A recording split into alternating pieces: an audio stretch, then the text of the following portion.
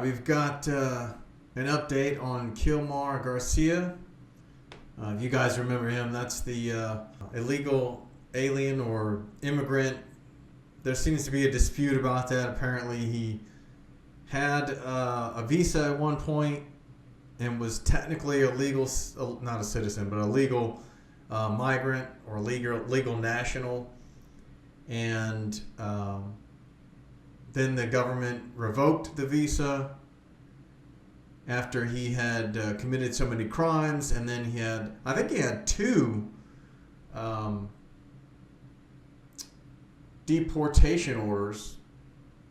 I know he had one. He had one deportation order, and there was a withholding order, but they have since resolved that withholding order. And there seems to be a dispute about where he was not meant to be or where he was not allowed to be sent. Most people are saying it was El Salvador. There's a couple of people who have really dug into it and said it was actually Guatemala. So he was completely okay being sent to El Salvador, which is probably why the Trump administration sent him there to start with. But either way, this guy has been... It hasn't been like... They didn't walk into a court and say, hey, he's MS-13, bang the gavel, it's official. They didn't do that, and I don't even know if they do that, honestly. I don't think that's required. But several judges, multiple officers, have sworn affidavits under oath in court saying that this man, Kilmar Abrego Garcia, is a member of MS-13, has been seen with members of MS-13 and affiliates with them. And to be honest, if you just use some common sense, there's no way that you're going to affiliate with or hang around or walk around with MS-13 gang members and not be either in the gang or a applicant to the gang. That's just not going to happen. So this individual, not only himself, he's illegal, technically needs to be removed from the country and has multiple removal orders, but he's also a gang member, he's also a criminal, he's beat his wife, according to her own testimony, twice. So I'm sure she's, doing whatever she has to do to protect herself when she comes out and says, oh no, he's a loving husband, he's a great man, blah, blah. Yeah, there's a reason. That's called battered woman syndrome. Or what's the other term? Stockholm syndrome. Either way, it could be neither one of those. She could just be protecting her own life, because if she goes otherwise and says something else, she's probably going to get beat or even worse, killed. Or if they have children, I don't even know if they have children, but if they have children, he might try to harm the children. So that makes sense. Anyways, Kilmar Abrego Garcia has been transferred to Pennsylvania Detention Facility. On Friday, Kilmar was transferred to Moshannon Valley Processing Center in Phillipsburg after U.S. Immigration and Customs Enforcement notified his lawyers earlier that day.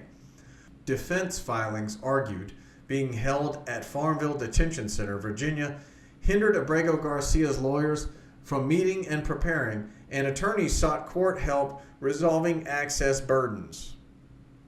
I guess his attorneys are having trouble getting certain things done with it. I mean, so what? He's supposed to be gone already. This has already been adjudicated. He needs to be gone.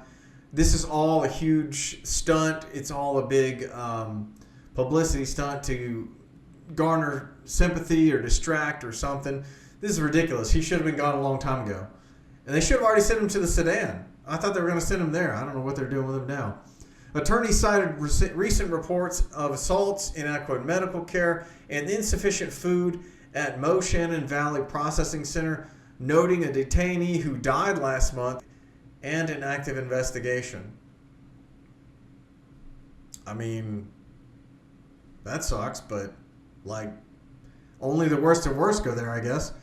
Prosecutors charge Abrego Garcia with human smuggling, including one count of conspiracy and one of unlawful transportation, with a hearing set for October 6th.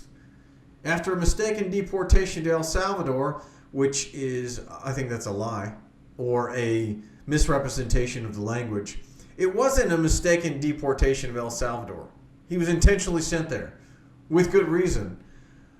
The only problem is there was an administrative error where they filled out some paperwork incorrectly, and maybe he wasn't meant to be sent there. He was meant to be sent somewhere else.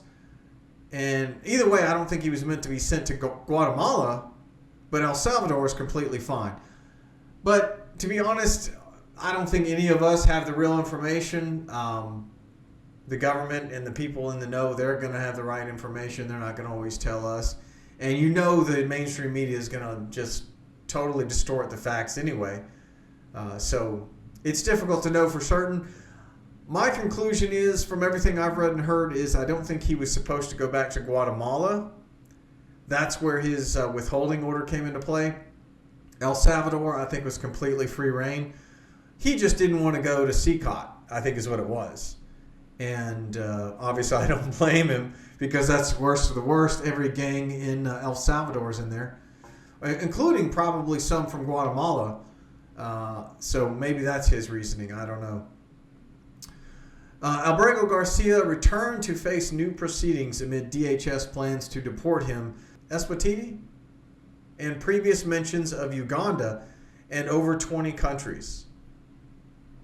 So apparently there's several countries he can go to. Either way, this man will never come back to the United States once he leaves. He will likely never rejoin his family. He's not going back to where his gang is located.